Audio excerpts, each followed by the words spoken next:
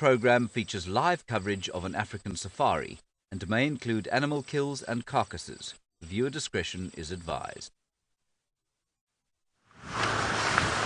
Good morning, everybody, and welcome to what can only be described as a deeply unpleasant weather situation here in the western fringes of the Kruger National Park. Good morning, Brian. Good morning, Jay. Yes, there is Brian, everybody. He is just going to untangle himself from the roof, from the rain cover, and there is his thumb. Oh, you can't really see it. No, you can't, because there's a driving mist blowing into the rain.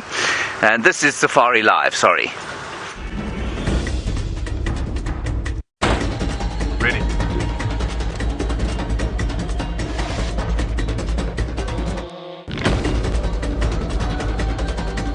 Standing by.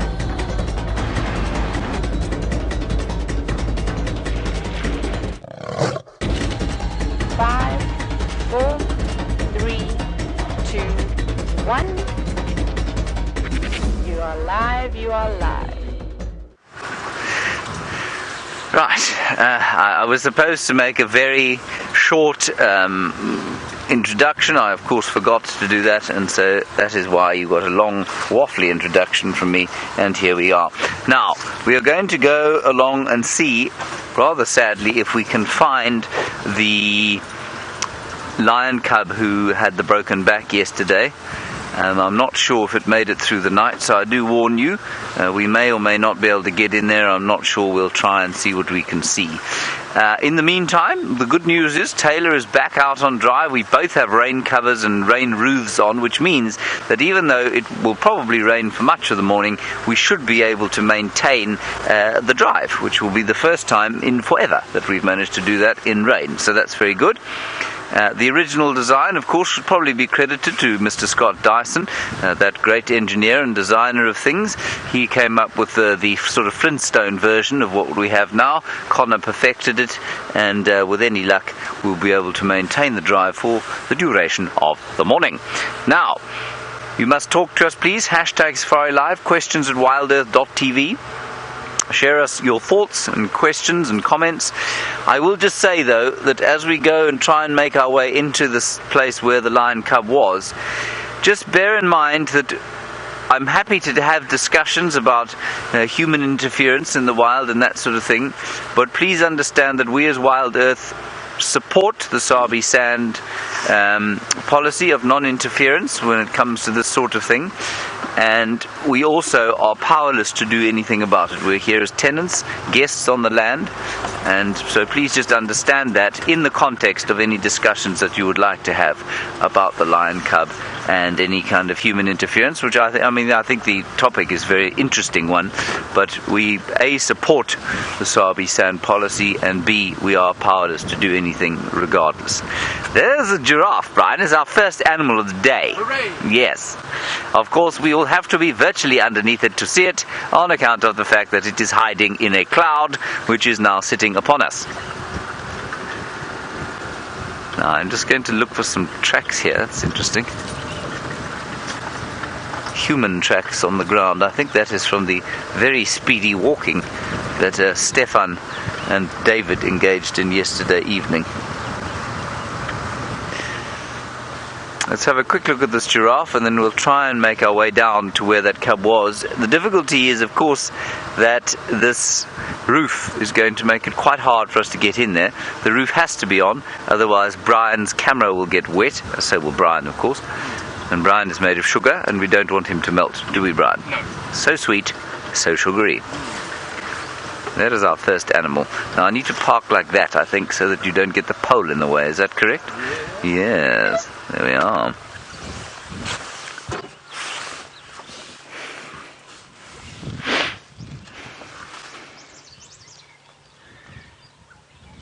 Alright, let's just have a bit of a listen, calm down. It's been a very rapid start to the morning, what with our physical exercise involved in putting this cover on. Trying to find the bolts that were lost yesterday. And the giraffe is eating a Sisyphus or buffalo thorn, surrounded by the sounds of rattling testicular, long-billed crombrick, crested franklin,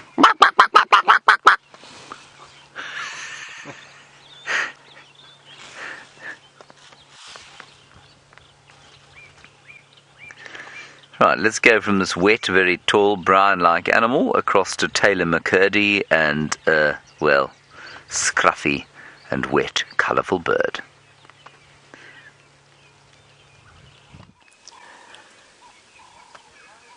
Good morning, and well, I suppose the rain needs no introduction today. As you can see, this roller is doing a fine job of showing us how miserable everything is looking this morning. Isn't this quite lovely? Now, it's going to be interesting as we test these roofs out in the real rain, but my name is Taylor, and on camera with me this morning, I've just pulled my earpiece out, is Xongile. Sorry, let me plug that back in. Oh, that's very cheeky of you, popping out so early in the morning. But shame, this poor little bird. And now I wonder, it hasn't really chosen the best spot to sit. If I was a bird, I probably would have chosen a tree with a fair amount of leaves on it, because I don't think there's going to be too much time actually throughout the day to really dry your feathers. And obviously we know the feathers need to be nice and dry to fly to the best of their ability. And well, and when they're wet, I suppose they become a little bit more on the clumsy side. Are you waiting for the insects, for all the alates to come out? Perhaps Mr. Roller or Mrs. Roller? No response. Well, our plan this morning, though, is to head on towards Shibam Road to go and have a look and see if perhaps Karula is still around. So I think let's move on from the roller. We're here on Philemon's cut line, so we're not far away from Shibam's Road. And I'm sure we will see the vehicle tracks as to where Karula was. Now, it's good to be back in the vehicle. It feels like it's been forever since I was last driving. Just make sure my earpiece doesn't come out again. Right. Xongile, you said you haven't seen a leopard in a while. So Xongile is ecstatic and hoping to see Karula and to see if her cubs are well. I can't imagine those cats, though, will be looking too pleasant this morning.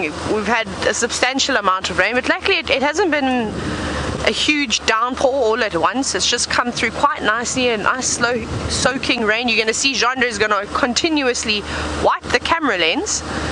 But that's because as we drive, all the rain still comes in the vehicle. It's much better when we stop. Right, let's see who we're going to get around the next corner.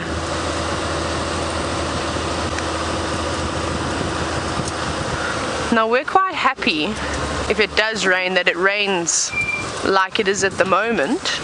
So there were some impala footprints that looked like cat tracks, but they weren't. It wasn't a cat track.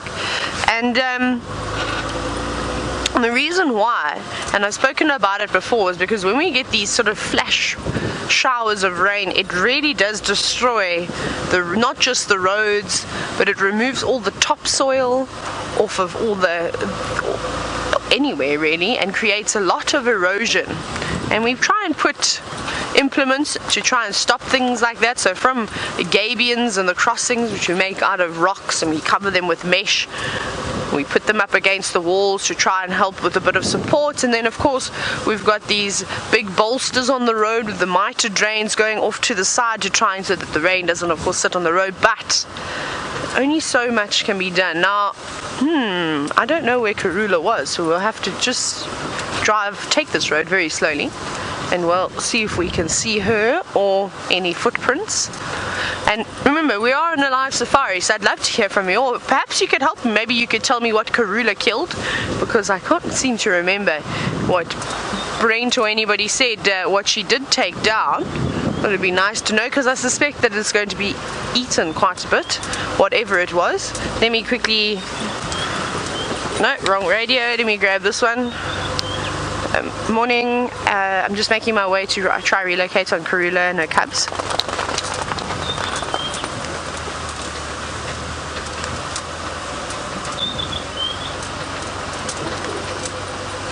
Copy.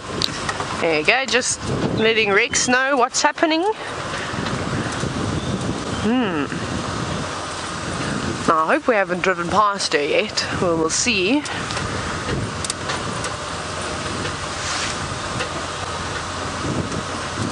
Now, Shibam Road is actually quite long. It's not the shortest of roads. But remember when we found Karula, when we were called into the sighting 2 mornings ago, I think it was, yes, 2 mornings ago, remember, we were right here. So I wonder, maybe she went off, we saw her disappearing, and perhaps when she was coming back, maybe she'd given up, maybe she then spotted something, whatever it may have been that she took down.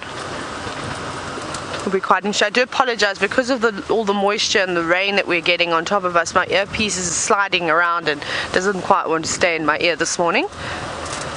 Okay, I can see lots of vehicle tracks here. Let me have a look. Every time I turn, my earpiece comes out. That's nice. So I remember, Chandra, when we saw them the other day, she left the cubs in this thicket, but she's obviously moved from here. You probably remember this area, all those thick bushes. Now, I'm going to have to do a bit of inspecting up and down here, as I'm not sure where the kill was, and some of the tire tracks have been washed away in the rains that we have had. But Stef is ready to say good morning from the tent. Yes, I'm actually ready to say good morning. Finally, they have confined me to the tent today, so unfortunately you got my company today in James's cell, as we like to call it jokingly around the breakfast table. But yes, we're coming to you from the tent today. Apparently we've got some muffled audio issues. Let me just get rid of this. I'm totally out of my element here, as you probably can see, which is okay. We'll get ourselves going here, don't worry. How does that sound? All better? Maybe, maybe not. All right, a little bit better. We'll get the aesthetics right in a little bit. But anyway, I'm hoping to play around here today and regale you with some of my stories from the last week and the last couple of years, and also to invite you to ask me some questions, things that you may or may not get around to while you're watching the show under normal conditions, or under sunny conditions, I should say. And yeah, it's going to be a fun couple of hours with us telling and sharing these little things. I must say, right off the cuff, the most exciting thing to happen this week has been the finding of the beehive at the end of the Honey Guides Trail. And I can see David above me shaking his head vigorously as he agrees that that was probably for us the sighting of the week. And of course, the saddest sighting of the week being that little lion cub, whose fate I hope that we figure out relatively soon, and can share that with you as well. What else has been going on? The rain has arrived. We've had a lot of cloudy days, consecutive cloudy days, culminating in what could be rain, what could be called rain, although it isn't quite what we expect out here, is this mist rain that wets everything but doesn't quite do much else, I don't think. I was kicking around the sand in the staff village today, and the water goes down about this much, and then it's dry sand underneath. So while it looks all wet and shiny outside, it definitely isn't. It isn't what we need just yet. We're going to need a lot more rain to break this drought, I think. And as welcome as what this is, I hope that it lasts a long time, or a longer time at least anyway. We've got rain predicted here for the next couple of days, I think, until Saturday or Sunday, I think, is when I saw the weather prediction clearing us up for some partly cloudy things, and then back into summer sun again. So it looks like we're in for another couple of days of rain and blustery conditions, which is a good thing, at least anyway. All right, I think what we've got now is we've got James, who has arrived at the sighting in the Mulwati and is ready to show you what happened last night.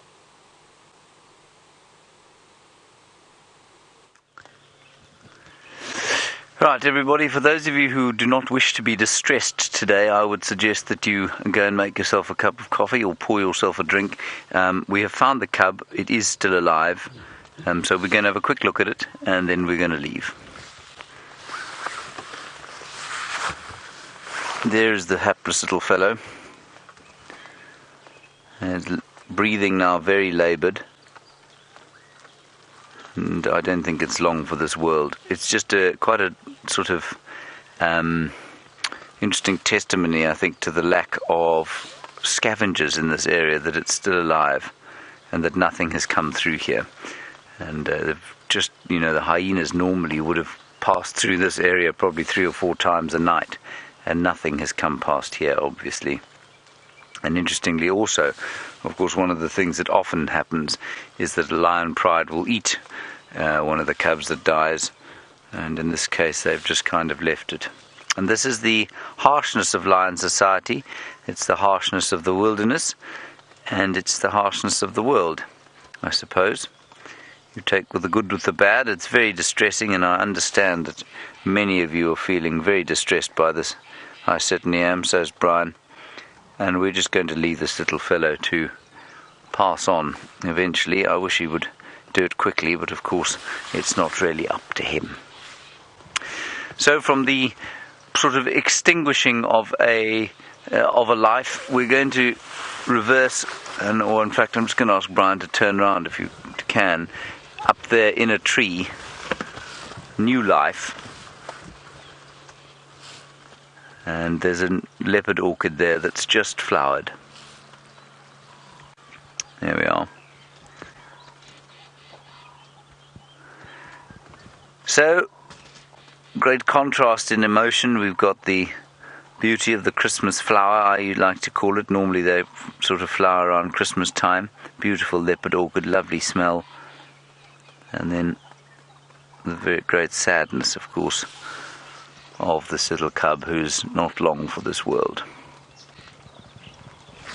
Alright, that's going to be it, everybody. I don't want to be here for another second, so we're going to leave. And while we do that, let's head across to Taylor and get an update from her.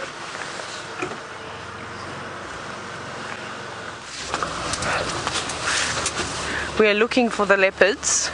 I cannot see the leopards though, and now this is always fun because we've got a roof attached to us, and I'm very much used to driving with a roof, as when I was guiding down in the south on these cold, miserable days, and also when it was, or any transfers that we did during outside of game drives. We didn't do game drives with the roof, we had to use them. And sometimes when I was taking my guests back and forth to the airports and all those types of things, we used to see things along the way. So off-road I would go with the roof very carefully. Of course you don't want to rip the top, but luckily for us this is a nice open area. But it doesn't look like Karula is here anymore. I'm just triple checking all the marula trees. And we will just triple check some more. We'll do another loop, but I can't see her. And Rexon has just said to me that he had some impala alarm calling a wee distance away from us, so possibly she's maybe moved on. Like I said, I'm not sure what she did catch and exactly where it was, but whatever it was, it's not here anymore. Now, I haven't picked up any tracks either, which is quite interesting. It would obviously be quite difficult though with all the rain that we've had. I'm just triple checking along here. No, it doesn't look like anything. Let's just do another little loop and a lap. Very easy to miss things out in the bush, especially when it's a dull day and there's, well, quite a bit of rain and clouds around. It always makes it a little bit more tricky.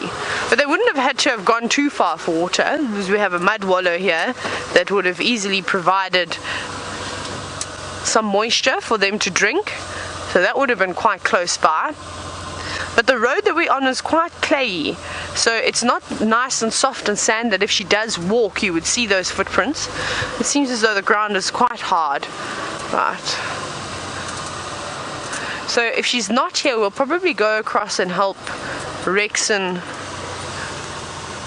with the attempt of looking for Karula and trying to follow up. Hang on, wait. No, here's someone else as well having a look. Let's stop for a quick chat. And it seems as they knew exactly, obviously, where the leopard was.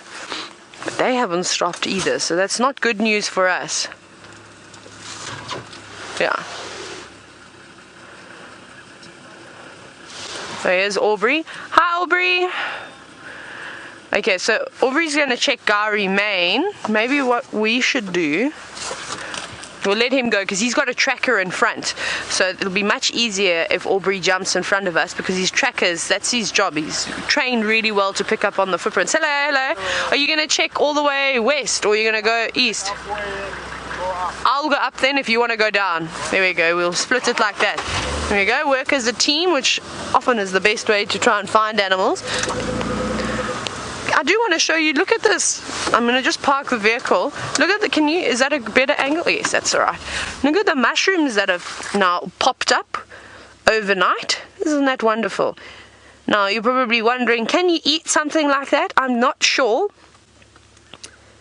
And this is probably one of the most difficult things to do in the world, is become a mushroom or a fungi expert and try and be able to identify the mushrooms and the things that you can eat. Now, I wouldn't take a gamble, especially if you're out here, as well, you probably get quite sick if you ate one that you weren't supposed to and potentially die. So we'll leave those alone and we'll see if any of the animals eat them. And well, then we'll take it from there. Let's quickly turn around, but I think what we're going to do now is we're going to quickly go and check west up on Gowrie Main. Let's go to James and see if he's had any luck searching for what he was looking for.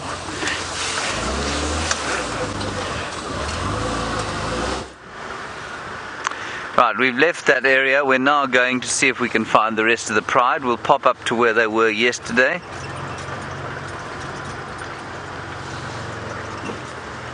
And I'm just listening to the game drive radio here, and it sounds like Karula has gone and done a dirty on us and headed off to the south.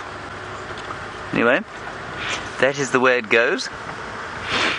And of course, remember, we have had such a boom time of late, but everywhere in the Sabi Sand has had good rain now over the last week or so. So I'm sure you would have noticed how the number of elephants that we've been seeing has slowly started to dwindle. Did you see any elephants yesterday, Brian? I didn't, no. No. Well, we did actually. We saw them in the morning. We weren't on in the morning, were we? No. Anyway, there weren't many elephants around yesterday. And certainly I don't know if there are going to be any today. There weren't any yesterday afternoon during our rehearsal.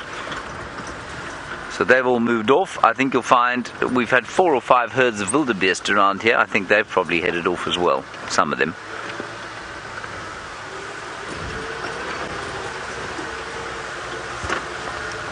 Hello, Jessica. You're that lion's injury and how I know a male lion did it. I don't know a male lion did it. I just think it's highly likely. Having watched it very briefly yesterday and watching it trying to sit up, it looks to me like its thoracic or lumbar spine has been snapped, which means that anything below that point is not going to function. So its back end wasn't working at all. And I just don't... The last time I saw the whole pride, they were all in exactly that area. One of the males was being fairly nasty, and Mfumu was being fairly aggressive about things. And I just wonder if that cub didn't get in his way, and he would. I mean, it really wouldn't have taken much of a swat on the backside to break the back. And I suspect that's what happened. There's no perforation of the skin, which tells me it probably wasn't another predator. It wasn't a buffalo. If it had been something like a buffalo will kill a cub. Wouldn't leave it like that though. A buffalo would horn it, and you would definitely see some kind of perforation of the skin. At the moment we can't see anything except the fact that the back is very clearly broken. So, you know, I think that's what's most likely happened. Remember, you know, if you found a leopard cub like that, it would be a lot more difficult to decide what had happened, because they don't live in a pride. They don't live basically in danger pretty much all the time, which is how a lion cub does live, especially if there's an estrus female around, and there are 2 estrus females in the pride, Amber Eyes and the youngster. So I don't know. I mean, I think that's the best guess we can give, is that it was a male lion. I don't believe it to have been any kind of prey species.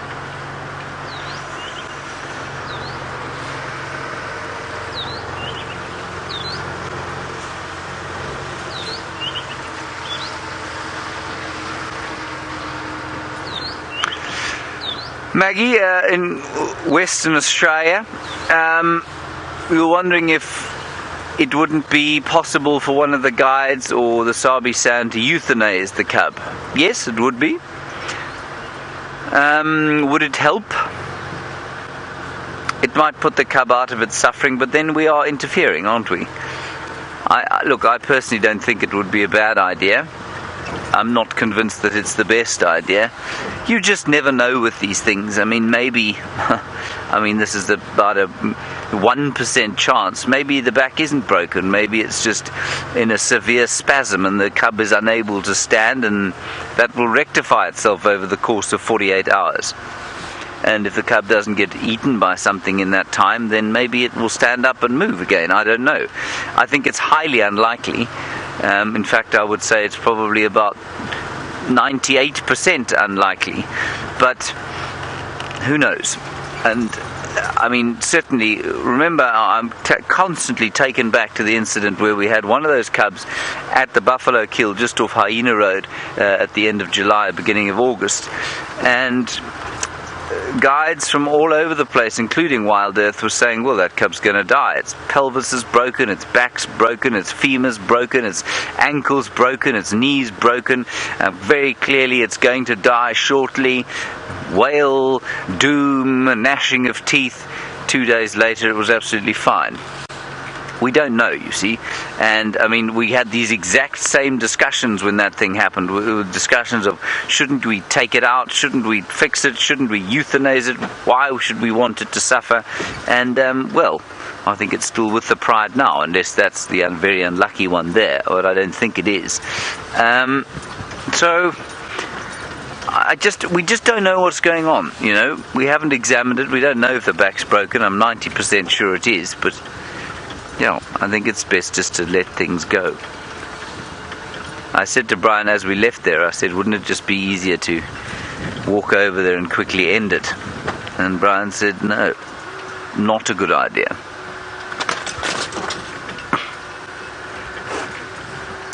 Now, I love this question. I think it's a wonderful one from Kristen in North Carolina, because, of course, we could talk about it for years and years. And if I can recommend to you a book to read about such a thing, you can read a book that Louise Pavid lent to me called The Bonobo and the Atheist, or The Atheist and the Bonobo. I'm not sure which order it goes, where he discusses, amongst other things, the sort of origins of religion, but he also discusses emotions in animals. And Kristen, of course, as I've said to you before, it was extremely unfashionable for many years to ascribe any kind of anthropomorphic or human emotion to an animal, because it was felt that was ridiculous, that only humans felt emotions. Obviously, that's what separated us from all the other species in the world. Now, as I've said to many of you before, any of you who own a cat or a dog, and I know that many of you do, know that is just patently untrue. Your dogs and your cats absolutely show emotion. You can tell when they show emotion. You can tell when they're sad, when they're depressed, when they're happy. And so it's the extent of that emotion that is actually the question, the interesting discussion that we should be having about these sorts of things. Now, do I think that the pride is feeling an emotion? I don't know. Obviously, I don't know. But, Kristen, I will say that having watched the lioness yesterday morning looking for the cub, calling it, was she feeling a sense of sadness, or was she just kind of trying to make the cub come and join the rest of the pride? I don't know, but I know that she'd been doing that for most of the night, because the day before that she had been doing it. So it's quite possible that there is an element of emotion. And if you want to be a cold-hearted biologist about it, you must ascribe some sort of evolutionary advantage to emotion. There's the rest of the pride there. That's a bit of luck. There's certainly two of them. I think it might just be the male and the female. No, there are a few more there. I'll just get into a position here. There we go. While we look at the male lion, then we'll just kind of get a handle on what's going on here, find out where the rest of them are. Kristen, you could say, well, of course, the evolutionary purpose of an emotion would be to attach to a youngster so that you look after it, so that it then obviously furthers your genes, because the more emotionally attached to it you are, the more likely you are to put an effort into raising it and protecting it, and therefore the more likely that cub is to further the genes that you've given it. There's Nkuhuma with the hole in his face. And so, you might say that it's not necessarily an emotion in the same... Well, you might say that human beings feel emotion for the same reason. So I think animals feel emotion, yes. Do I think the rest of the pride feels emotion? I think probably less so than the mother. Do I think that the males feel any emotion but for the lost cub? No, I don't. I don't think that they register it, to be honest. I think he certainly seems to be sleeping very comfortably, and if there is a lion who's done that to the cub, it is most likely this one. And what's so interesting is that he, of course, when he and Tinyo arrived with the pride 2 days ago, in fact, could have been Tinyo, I suppose, not 2 days ago, about, I think, 3 or 4 days ago when they killed that buffalo, this guy came up and greeted all of the females in turn, and some of the cubs, he had a long interaction with the cubs, and Tinyo sort of hung back a bit. And I think that was quite interesting. And something else I wanted to say about the emotional side of this and animals' emotions and what they think. I'm afraid I've forgotten what it was, but hopefully it'll come to me sometime. But that's a lovely discussion to have. Do animals feel emotion? Oh, I know exactly what it was. Kristen, the difficulty, of course, is that when we look at their faces, it's impossible to tell. And that's why I think there's this kind of disconnect, or that's why it's a bit difficult for us. Unless you know an animal intimately, it's difficult to know what they're feeling, of course, because we, as natural psychologists and natural readers of behavior, do so through the facial expression. It's why meeting somebody is so much more effective than reading an email from them. You can read from their faces exactly what they mean. You watch their eyes. Are they smiling with their eyes, or they're just fakely smiling with their mouths, and that sort of thing. Because we have such expressive faces, that's how we read emotion. Animals like this, animals other than the primates, they do not have the musculature in the face to show any kind of emotion. So that lion that we're looking at now, he can show you anger by putting his ears back. He can show you anger by baring his teeth, I suppose. Well, a dog would do that more than a cat would. But further than that, you don't know if he's looking sad. You don't know if he's looking tired or sad or depressed. That's just what his face looks like, and he doesn't have the muscles to change that. He doesn't have an expressive mouth. And so it is difficult to interpret what they're feeling. But if you know an animal intimately, like many of you who have cats and dogs do, you can just tell. There is an unspoken communication that they give you, and then you know whether they're sad or miserable or in need of some love.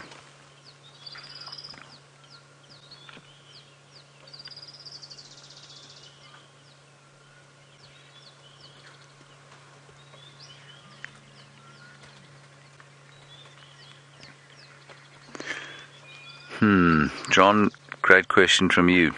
And I think it's an interesting one. You say, do I think it's strange that the male yesterday sought out the female who was looking for her cub, even though she wasn't in estrus? Do I think that maybe he had some form of understanding of what she was going through, of what she was trying to do? John, wow, I don't know. I mean, she wasn't in estrus. Now, we're told that when a pride comes into, or when a lioness comes into estrus, she will seek out the male, and that the males, if the female isn't in estrus, they don't try and mate with them. So that's an interesting one. Now, that's the oldest female in the pride, and I'm not sure if she was the one looking for the cub yesterday.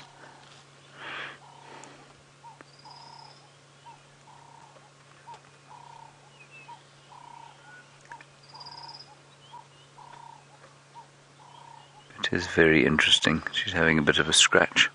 Might be a little bit of mange.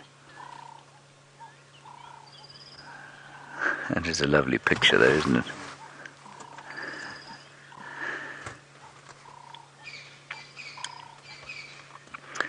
And if you wanted to ascribe an anthropomorphic emotion to that cat, you'd be saying, well, she's looking into the distance, kind of thinking of happier times almost.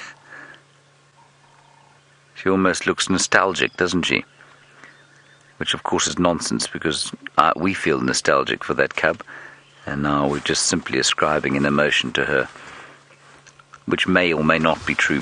I'm going to move forward so we can just get rid of that pole in the way there. That is the only disadvantage to having the roof, and indeed why it took so long for us to construct these roofs, is because the poles do get in the way, I'm afraid. Now there are another 2 lions through here, and I think maybe a couple of cubs. I don't know where the cubs are. Oh, there they are. Brian, is that okay for you? Or shall I angle better? I will angle better for you. For you, Brian, anything. Thank you.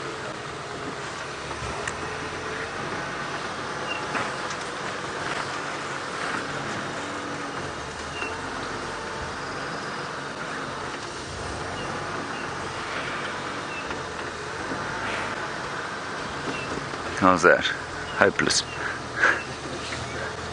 I just don't want to get too close to the male here.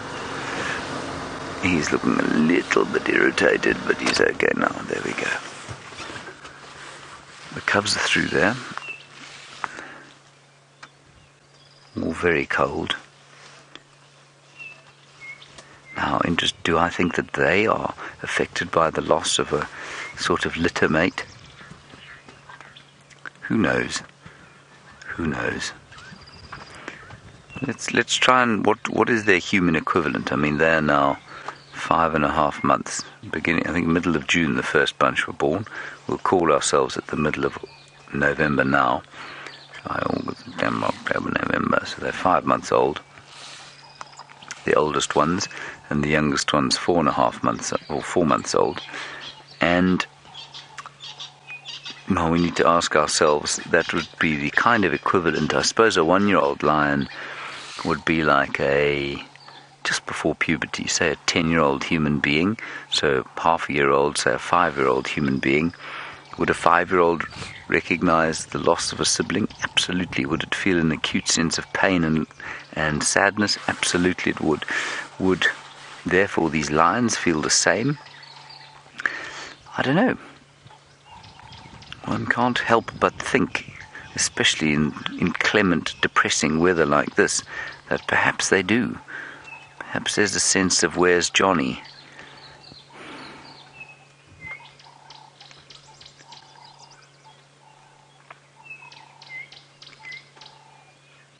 All right, we're going to sit here for a little bit and let's get Stef's impressions. The wizened old fellow, who's slightly younger than me, in the tent. Let's get his impressions on animal emotions. All right, and back to the tent to give James a bit of a breather and also to discuss a little bit of the emotional side of what's going on, and as well as the policy and the procedure that's going around at the moment around the cubs. Some of you have been asking that has the Sabi Sands been notified? Do they understand the seriousness of this?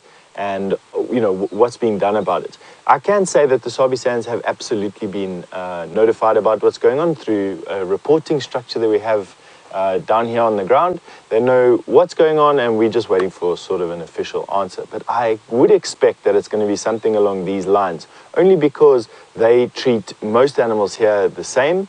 And I would expect that unless there were some unusual circumstances, that what I'm going to say now is probably just the default position. And that they try and have a hands-off policy here when it's quite obvious that there weren't any factors directly affected from people. So there's a large chance that they will just say, let nature take its course. The cub will probably pass on in a little bit, or it won't, and it'll get better and rejoin the pride. They don't know what caused it. There wasn't any obvious human intervention here, and that is probably what we're most likely to see from this. Has it happened before?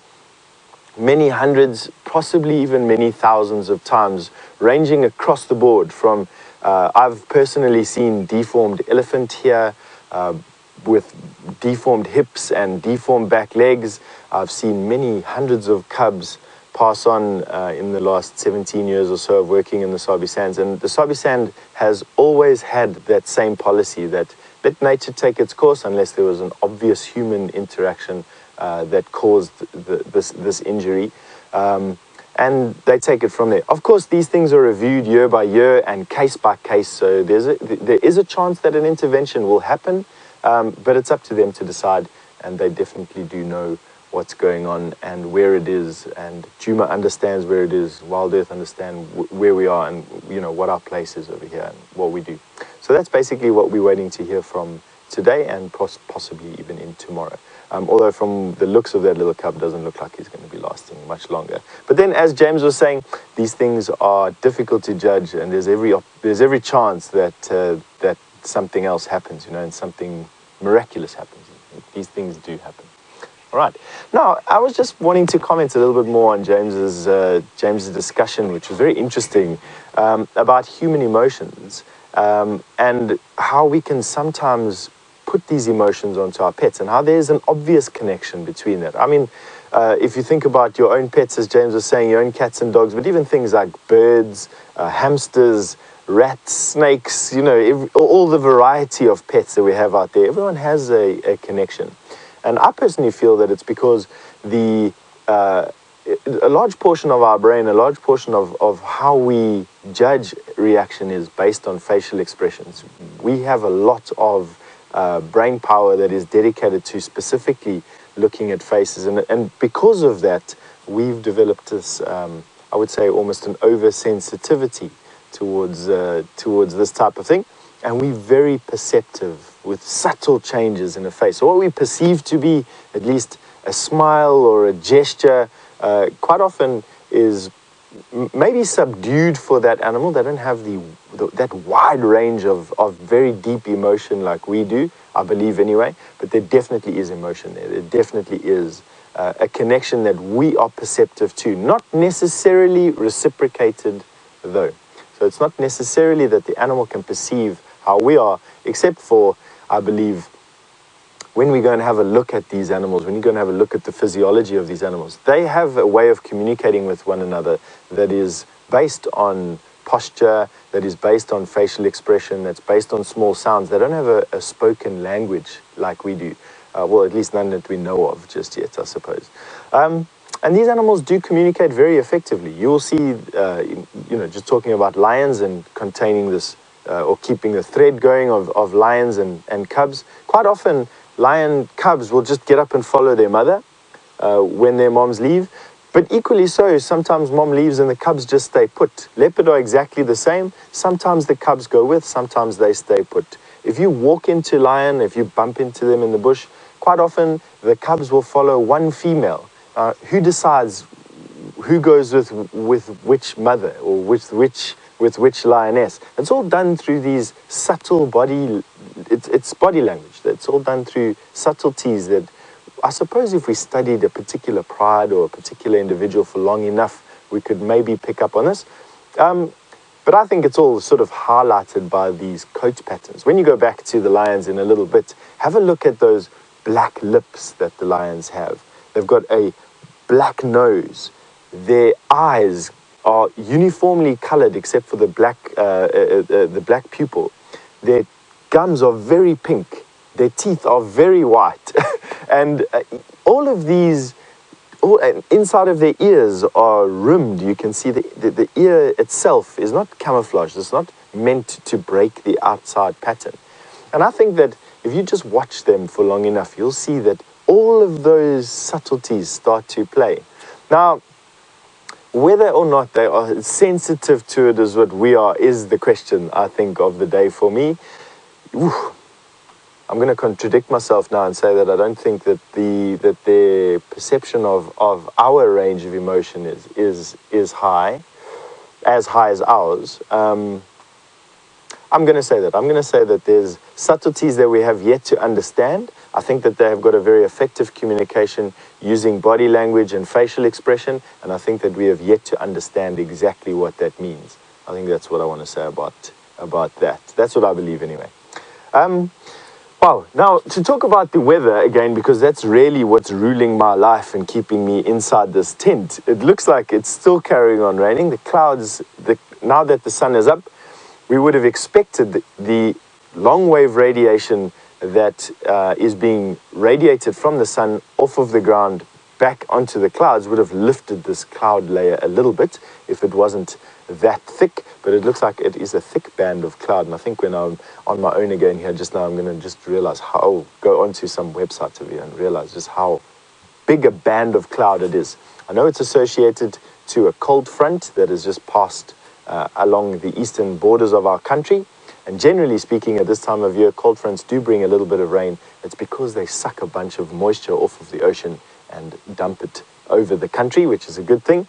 We also have these two bands of pressure that play quite heavily in summer over the country. We have a low pressure cell that moves from the Indian Ocean onto our east coast. And we also have a low pressure cell that moves from the equator down to over Botswana and sometimes a little bit into South Africa that sucks a bunch of moisture out of the tropics in Central Africa as well. And so that brings it all in, which is quite nice. Can't wait to actually have them back over there. Now, Roger, you just asked me if a little bit more rain, can we expect a little bit more grass? And yes, absolutely, we can expect some more grass. In summertime here, after a couple of years of a lot of rain, the grass can actually get to almost hip height, and you can't actually walk with your feet in a normal gait, which is just lifting it slightly and moving one past another. You actually have to place your feet in the grass. Spaces between bushes get completely grown over by grass, and it becomes an almost impenetrable wall of vegetation in wet years here. You could drive through it, of course, but to walk through the bush here in deep summer between January and March after a lot of rain is a difficult thing. And you're really just stuck to game paths and open areas. The bush runs with water here. Totally different to how it's been for the last couple of years, and with particular emphasis on last year. Last year was one of the driest years in over 100 years in this particular area. And funny enough, it follows onto the back of a pretty wet decade.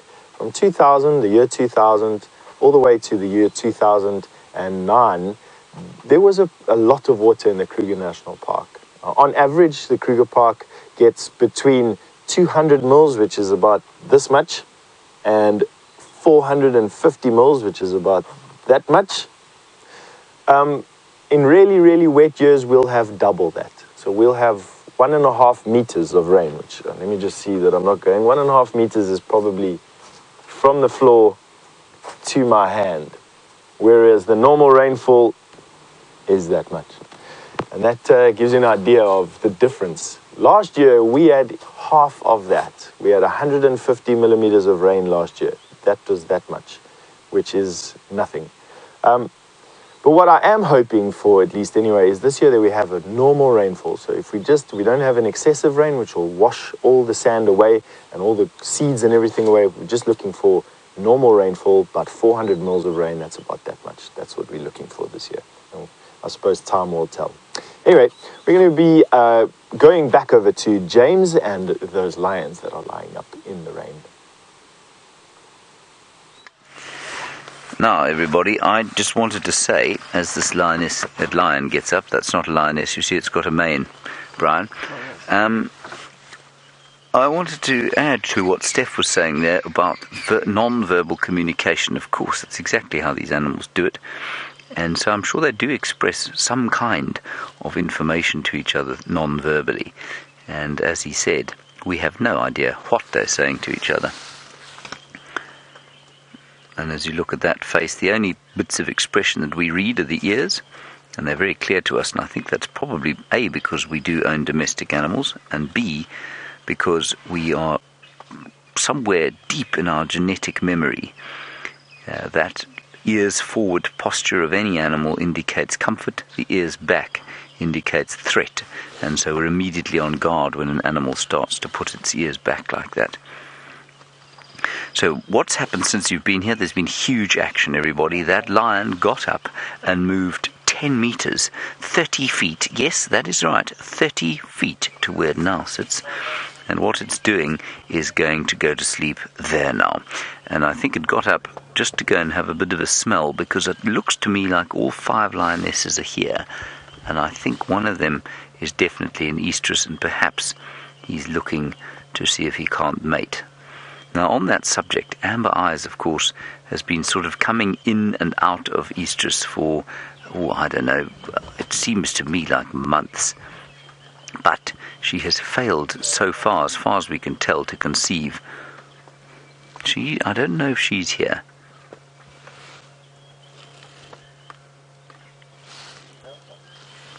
Anyway, there's quite a lot of rain coming down. I'm just going to talk to Aubrey on the game drive quickly. Go ahead. As we look at Brian's very artistic shot there. Go again, Orbs.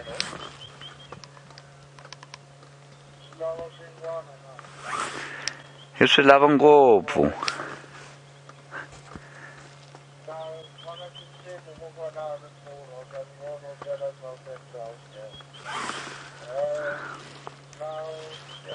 I'm just listening to Aubrey, everyone. He's telling me that the young cubs have just been found at the quarry on the fire break. I'm going to quickly get Louise to get hold of Taylor and tell her that.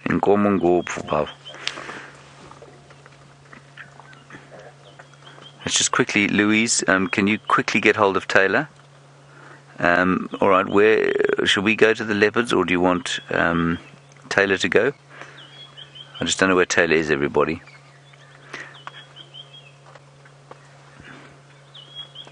So I'm just quickly going to give the location to Louise. They are on the fire break at the quarry just south of Treehouse Dam. So that is going to Louise, through to Taylor, and she is now going to drive at great speed towards that area.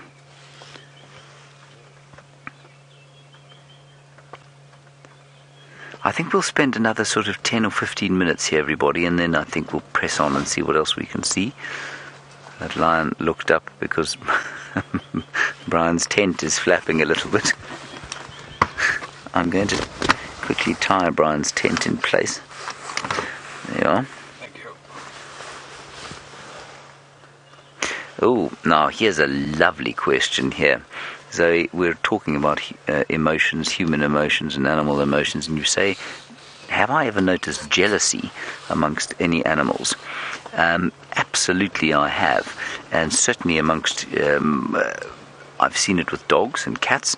Have I seen it with cubs? Well, I don't know. We've certainly seen them fighting over milk and over teats and trying to kind of get some kind of, fighting with each other over that. Whether they feel jealousy over emotion or not, I don't know. Certainly male are interesting emotion, and I've read a little bit about its evolution, and we all know the feeling of jealousy is very uncomfortable. It makes us feel very horrible indeed. And one of the reasons we have it, apparently, and you can certainly see it in the animal kingdom, is so that we are guarded against our partners. So I think you'll find that it's almost non-existent, for example, in a species like bonobos, where they have a kind of totally open sexual policy where everybody mates with everybody else, whereas in a species where that is not the case, lions, human beings, jealousy is that much more pronounced. And it's apparently some sort of evolutionary response to us, to our desire to maintain a kind of a pair bond, that we don't want it to be upset. Because if you didn't feel jealousy, you wouldn't really mind if the neighbor next door decided your wife was better than his wife. It wouldn't be a problem. But because we feel that sense of jealousy, we're very protective over that, and in turn, therefore, of our children. So there are certainly many different strategies to it, but the more open the sort of sexual system is, or the mating system is, the less that jealousy, I think, will be displayed.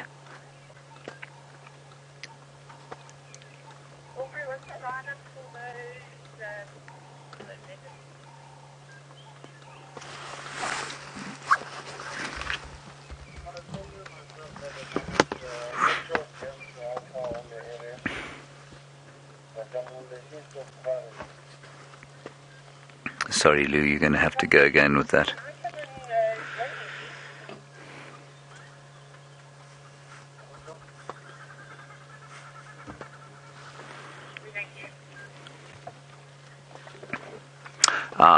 Cindy, very good question about when or how a female will go into estrus. Would she go into estrus on the back end of losing just one cub, or would she have to lose all of her cubs in order to go into estrus? I think the answer, Cindy, is very much that she would have to lose all the cubs.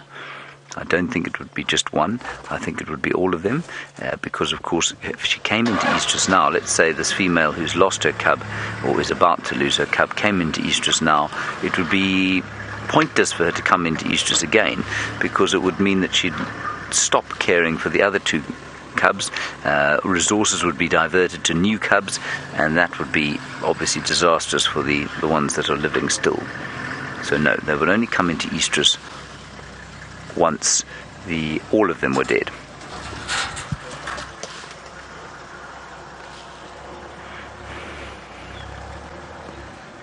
So Taylor, just to keep you updated, is hieing her way towards those little leopard cubs. With any luck, we'll have them very soon, and that will be a very cheerful sort of, what should we say, a cheerful addition to this morning that has been a little bit somber. Brian and I were just saying when we were off air that the atmosphere here is one that is somber, especially with the black cuckoo calling in the background saying,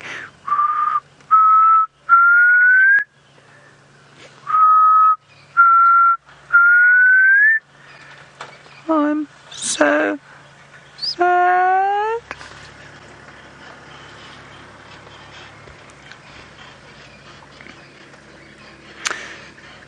Cat, an interesting one again. I mean, I think we could talk about this for days. You say, do I think there's a reason that the rest of the pride isn't lying with the cub until it passes?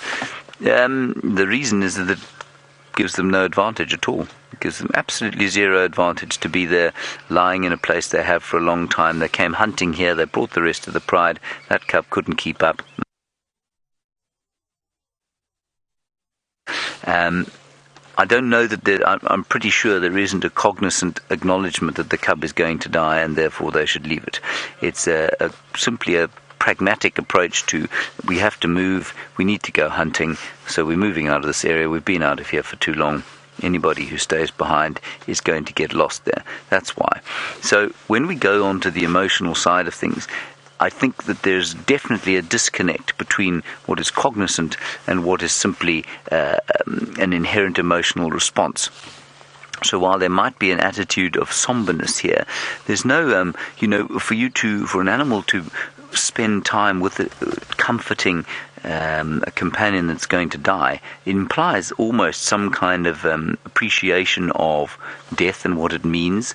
It implies an appreciation almost that there is you've used the term passing, for example. I mean, that's very much a human term based on our religious outlook on life, which says that there is a hereafter.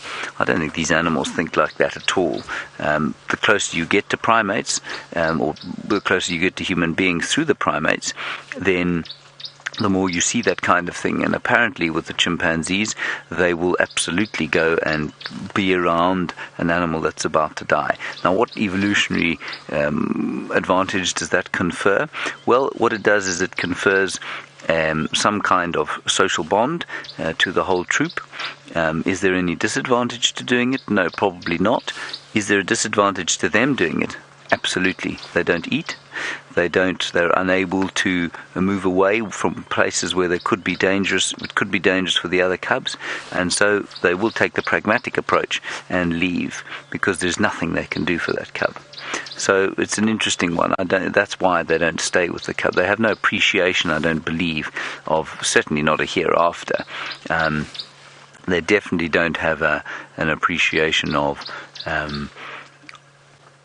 the finality, I don't think, of death until it actually happens. It's quite interesting. That's where when you get into that narrow band of what's going on, I think that's where it becomes completely impossible to decide what they feel, what they think, and what's happening there. But it's such a lovely discussion, isn't it?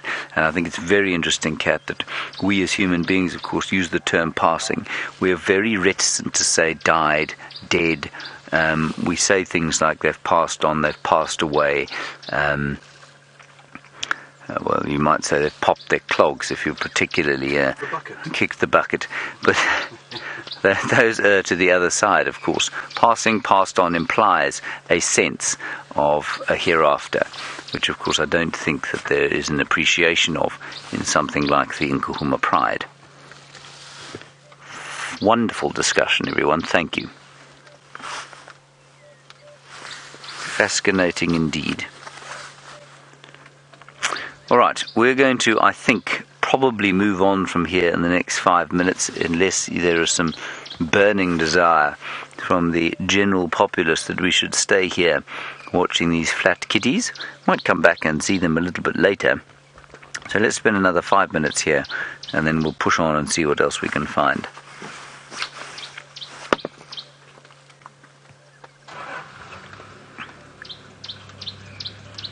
It is very somber here indeed, however. And also cold. You know, the somberness that we are interpreting might simply be that these lions are cold.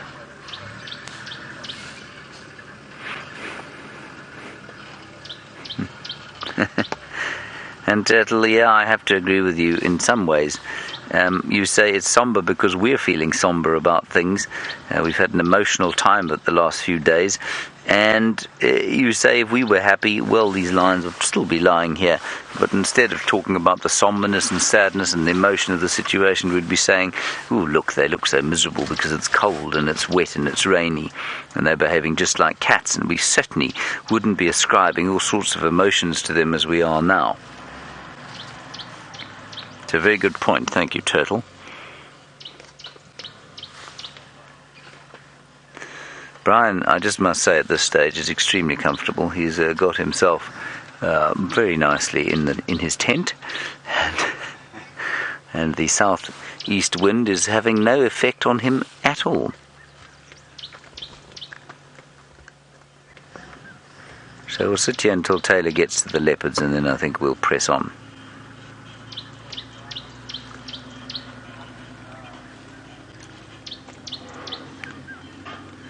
That's interesting. Look at that. Look at that. That lioness has been mating. See the biting on the back of the neck there? That's very interesting. That's from the male biting her on the back of the neck. Now that's odd, because I thought she was the oldest female who's already got cubs. Something interesting going on there. Maybe that's just a bashing from the male, maybe just a fight. But those wounds are in exactly the kind of position that they would be if she'd been mating. Right, that's very interesting. We'll try and figure out what's going on here. In the meantime, Stef is in the tent still. Let's go and get his impressions on life and that sort of thing, his philosophizing, and then we'll head across to the leopards.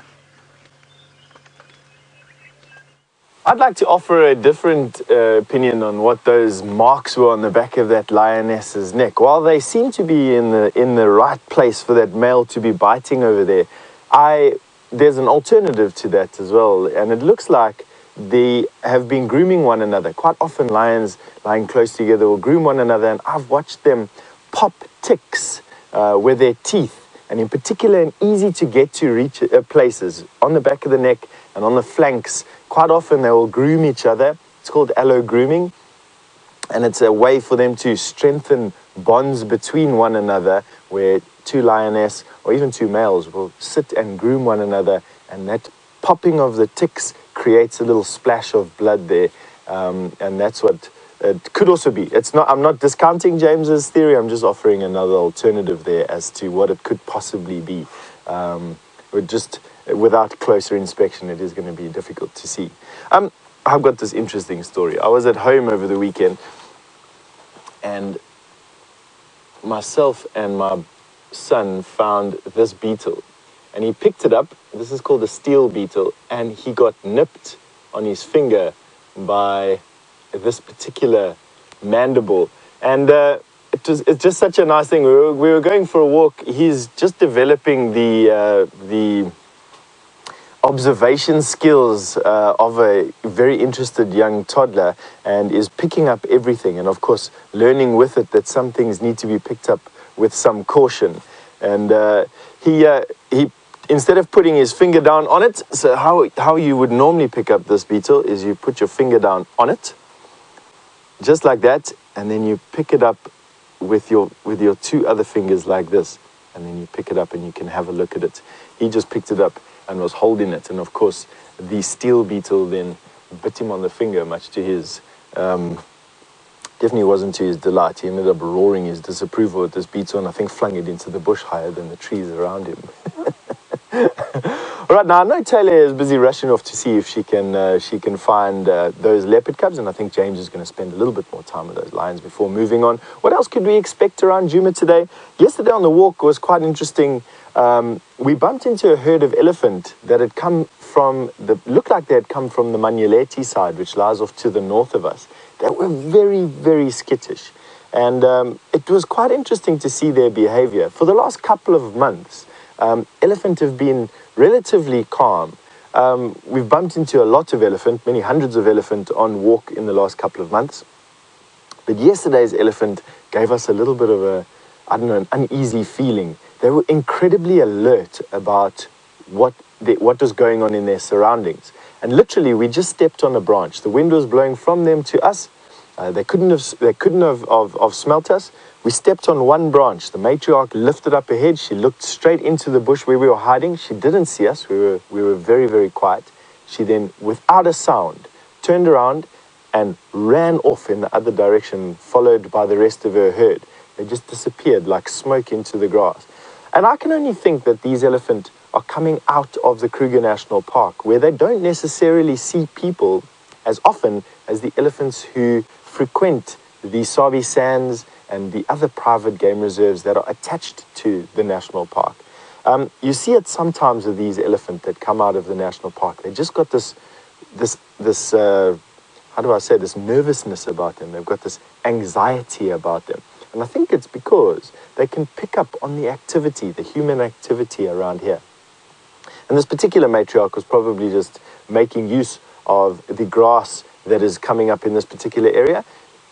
Right here where we are at Djuma, and just a little bit around in the surrounding area, probably about 50 miles by 50 miles, if that big even, has gotten the first rains of the season in this area about 3 weeks ago, and that has caused a bit of a flush in the vegetation that's a lot healthier than other areas in the Kruger Park that I've been seeing over the last couple of months, and is of course a draw card for them, which is nice. Now, I just, there we go, sorry, Chris, I think in Texas, excuse me, I was just a little bit muffled through my ear. You just wanted to know, is this, oh, Price, excuse me, Price. Price, you just wanted to know, is the drought a yearly thing, or is this something a little bit more uncommon? So, Price, we have a dry season and a wet season. We have a winter and a summer in this particular area as well, but it doesn't get that cold. I think we go down to a minimum of around about, at its coldest, we'll get to zero, to freezing point of water. Quite often we're around about the 50 degrees centigrade to the 30 to 50 degrees centigrade marker during summer. In winter, we very, very rarely dip below freezing. But we definitely have a rainy season. Our rainy season is from January through to the end of March, and our driest season is from May, well, not really, it's our May, June, and July is our driest season here. So we have a wet season and a dry season. Most years, we will go down to a very small amount of rain during those dry seasons. We still get precipitation most months here, except last year, but we definitely get rain in every month over here. Last year was significant in that it rained half of the expected rain that we were supposed to have here, and was also the driest year recorded in the last 110 years. Now, although that sounds like a lot, in terms of climate, it's a blink of an eye. They tend to run in decades here, the wet seasons and the dry seasons. So you'll go from a wet season around the turn of a decade to a dry season mid-decade. And that sort of has been the pattern since the 1970s or so, where this pattern in this particular area was observed, I should say. So it goes from round about the turn of a decade, so, you know, the 0 years, you know, let's just use lately 2009, 10, 11 were wet years, 2012 were dry years. And so, you know, we're just coming out of that now. I think we're going into 2000, or the middle of this particular decade now, and we've expected the drought to come. Will it last another year? Quite possibly.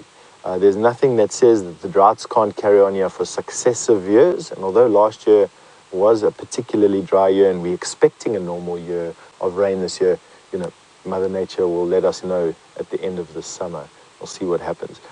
I'm personally expecting just a normal rainfall this year, around about 450 mils of rain in this particular area, maybe pushing it up to 500 or 600 mils of rain. That's about that much, not too much, a couple of inches, really. That's all we need to have it lush and thick and green and heavy with humidity over here. We're not that far away from the coast, in actual fact. We're probably about 200 miles from the Indian Ocean. We're 200 kilometers, less than 200 miles away from the Indian Ocean as we sit over here. We've literally just got the stretch of the Kruger National Park and then Mozambique, and Mozambique borders onto the Indian Ocean. So a lot of our weather actually comes from the sea.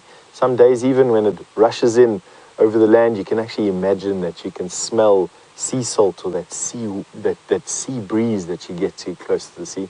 At least I can anyway. I don't quite know. Dave, have you ever smelt the sea breeze out here? Can't say I have, sir. David hasn't smelt it. He hasn't been here long enough, is it? All right. I mean, this is probably one of my favorite books at the moment. It's a book on insects in South Africa. And in it has got the most unbelievable collection of different insects. And I'm hoping that this year we see some of not only my long-term favorites, but also some new insects. These are all weevils. We found one on walk the other day, and for the life of me, I could not identify it. I have a feeling it was this one here. But since it doesn't occur here at all, I'm absolutely wrong. It's one of these eternal things that I have, being wrong about which weevil that we have here.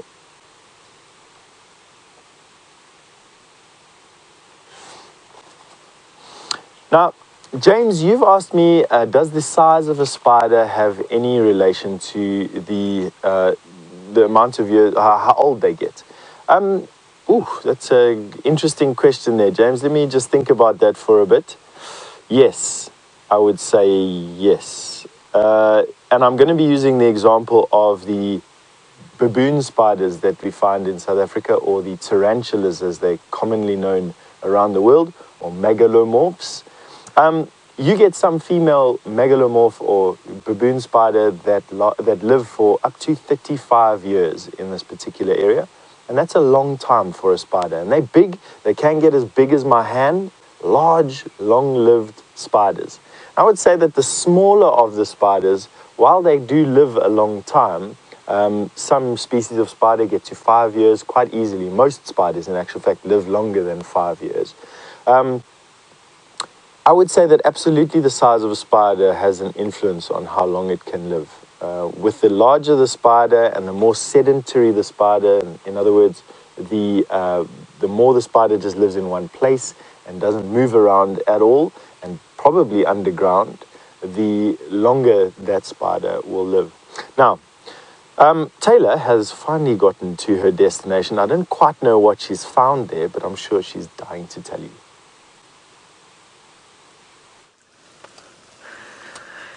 So we finally got to the spotted cats thanks to Aubrey. However, it's just little Hosana and Xongile, that are tucked away trying to keep warm on this very chilly morning. And I'm uncertain as to where Karula is. Perhaps she is out looking for something to eat. And it's actually a good day to go off hunting because it's so cold, it's cloudy. The pitter-patter of the rain is muffling sounds, and of course the wind that we have occasionally got sort of gusting through, well, that'll help muffle the sound too. Hello. He's turning into a handsome fella, don't you think?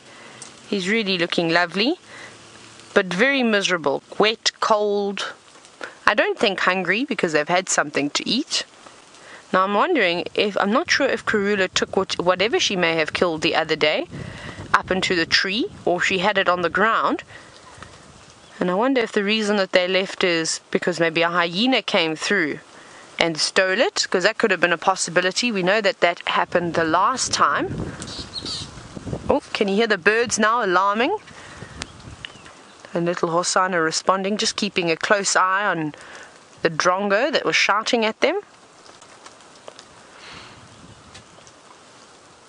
But they don't seem to be too fussed by that. Isn't that sweet? He's resting his head up on the log. Now, if you have perhaps just joined the show, we are on a live safari, and I'd love to hear from you this morning. So you're welcome to send any questions through to Twitter, and you can do the hashtag Safari Live. And if you don't have Twitter, don't worry, we have an alternative. You can send us an email, questions@WildEarthTV. Now, we're not going to get too close to these cubs. We're going to keep a slight distance. Now, James is commenting, saying how miserable these cubs look. You're indeed correct. It's quite sad. But luckily, they've got the big fluffy coats to keep them nice and warm, much like this big green one I have on me. Slightly waterproof. However, I still think that they're warmer than what I'm feeling at the moment.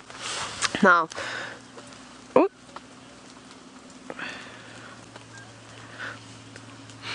hopefully Karula will come back. Aubrey picked up on some tracks of her, and they didn't seem too old, so she obviously just moved them, and they were playing in the road by the looks of the footprints, and dropped them off here. And now, well, little ones, you're not allowed to go venturing off. Let's hope they don't go too far. Maybe he's just going to reposition himself next to his sister. There's little Xongile. Oh no, he's using the luxury facilities at the moment. I always laugh because it doesn't matter what cat it is. It's a very specific posture that they go into. Xongile is not having any of it. She's curled herself up nicely. Maybe her brother will come up and curl next to her, and they can keep each other warm. Now, there's quite a few vehicles coming into the sighting, so you're probably going to hear a bit of motors starting and stopping.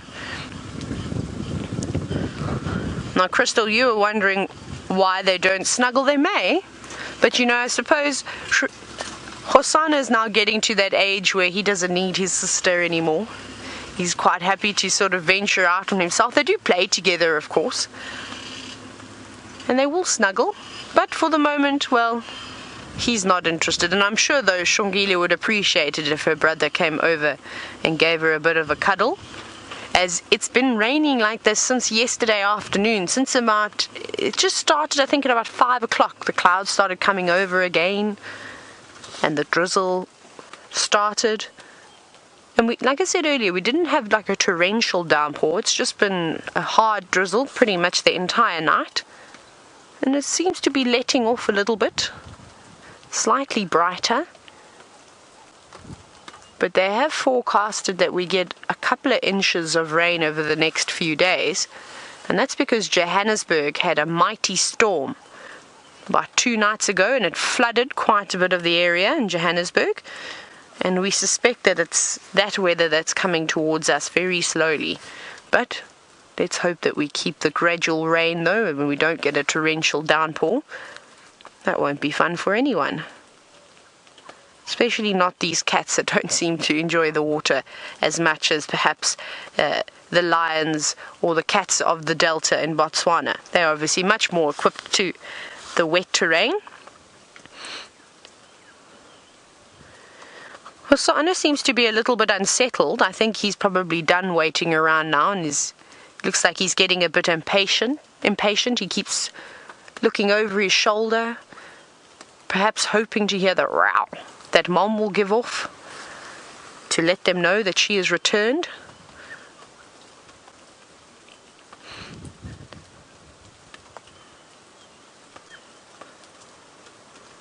But they seem very relaxed with us, which is really nice. They're only 9 months old, and in this sort of situation, it's important that we give them space because Mom is not around here. But they haven't shown any signs that they're uncomfortable with us. So we'll try not to move around too much and just sit nice and quietly. Now, Bobby Ches, you were wondering, and we've been chatting about it quite a bit, when these little cubs are going to start hunting for themselves. Well, Hosana's he's probably gonna get pushed out when he gets to about a year and a half, maybe 18 months. The boys seem to move off earlier. And I think young Xongile will probably hang around with mom for a little bit longer. It may depend on how tolerant Karula is also going to be towards Hosana. But just in my experience, the male cubs never seem to stay around for too long. They always disappear. So they should start joining in relatively soon, in the next couple of months or so. When they get to about a year or 2 months, a year and 3 months, they're going to probably start going out. They're going to grow very quickly now as well. You'll be surprised in the next 4 or 5 months how these little leopard cubs are going to double in size. And before you know it, Hosana will be the same size as his mother. Well, Xongile's will have a bit of growing to do still. And then it's sad. Then it gets really tough for Mr. Hosana.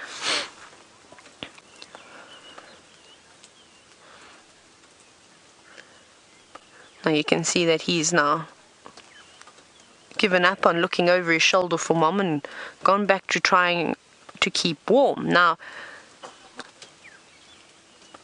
Turtle, good morning Turtle, you were wondering how old will it be until these leopard cubs mate. Now, and like you said, you don't meet with each other. So we've just said that Hosana is probably going to move out relatively soon, probably in the next 9 months or somewhere around there. Before he reaches about 2 years old, he'll go off. And he's going to have to wait quite some time. I don't know if you maybe tuned in, it was about a week and a half ago, where we had Nkanyeni sort of acting very amorous around quarantine. And while quarantine doesn't really know what to do, as he's quite young, he's only about 4 years old, so he's still learning the ropes. So I reckon anywhere between after about 4 years old, if he's very lucky and he's potentially found an area where there's not maybe a big male leopard, which is unlikely, but there's always a possibility in nature, well, then he could start mating them. But it's a lot later in life. And, young Xongile, she comes into estrus anywhere from about 2.5 years or so. So she could mate straight away. Also unlikely, though. Probably another year or so. I reckon when she reaches about 3 years in age or so, somewhere around there, she'll probably start to act quite amorous and look for the attention of a big male leopard.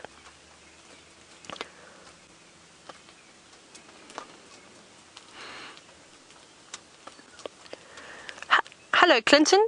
I believe you've just started watching. It's lovely to have you. Now, you were wondering how old these two cubs are.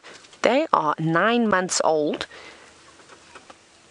They're growing up very, very quickly. You can already start to see Hosana, though he's sleeping now, but when he does stand up, he's really growing into himself. He's a lot bigger than his sister, much stockier as well as being taller.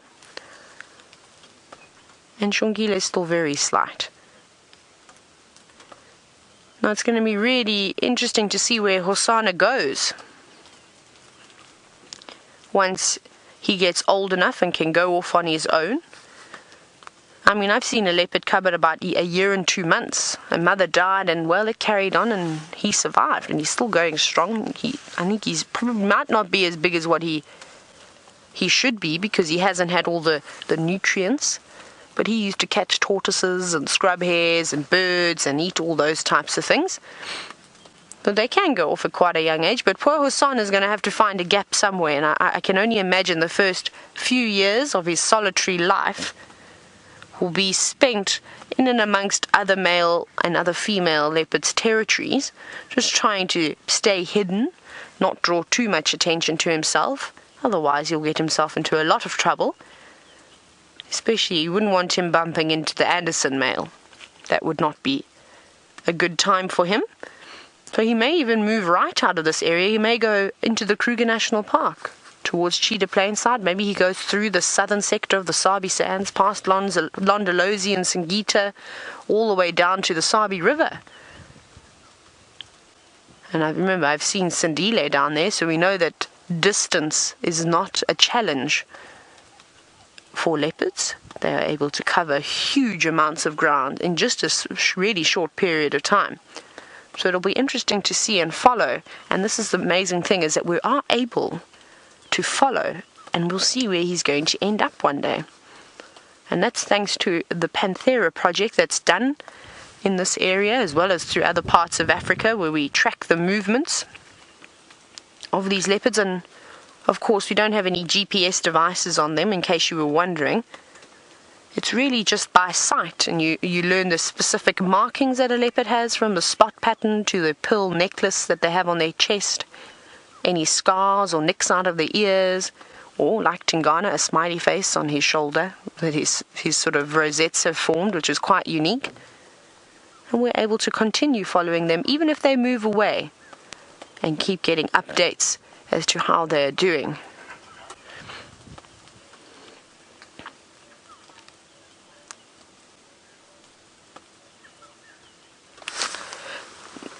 Now, Anna Marie, you want to know if there's any theory behind why female leopard cubs leave their mothers earlier than male leopard cubs. Now, I've had the complete opposite experience.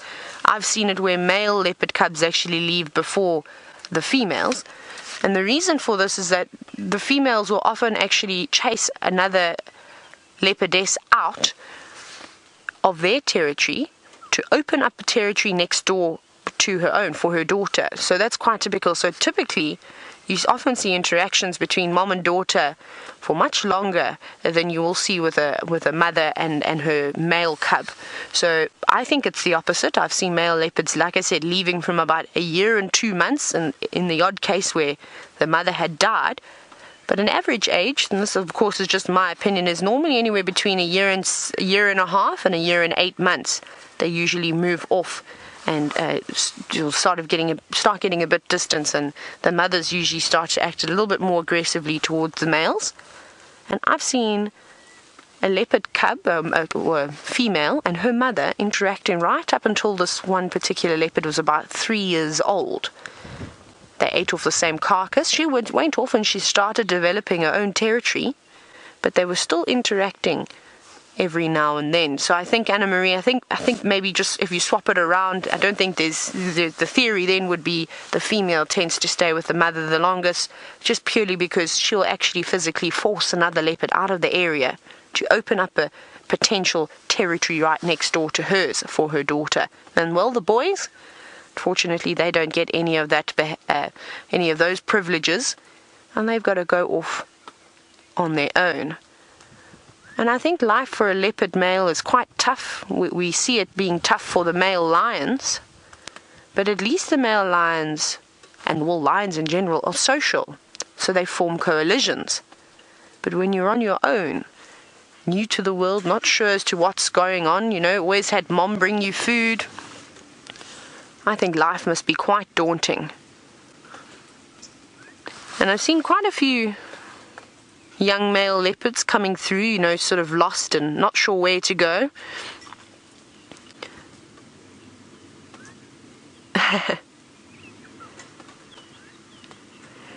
Hello, Judy, thank you. Now, obviously, every leopard, every animal is different, and Judy H has said that Karula's male sons always seem to be mama's boys, and that they always stay around till over the age of 2, and that's quite interesting, because the leopards that I've ever come across, it's always the boys that get shoved to the side, sadly, or like it is, not sadly, it's nature, and the little girls hang on for a little bit longer, but that's nice to see. So we'll see what happens with, of course, with these two, and it'll be quite interesting. So perhaps he will stick around for longer, but it's not a very common thing. Like I said, out of all the leopards I've seen when they've had cubs, it's always been the boys that have been chased away, so this will be the first time for me, which was wonderful. You're supposed to have exceptions to all the rules out here. And Karula obviously hasn't read the same books as that I have, and that's okay. I can learn something from Karula.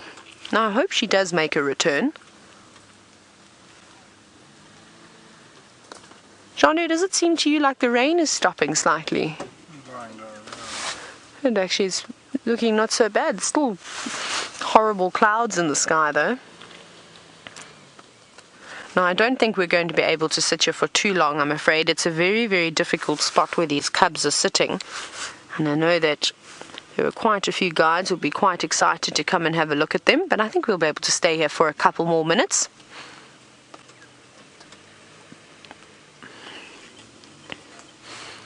But fast asleep.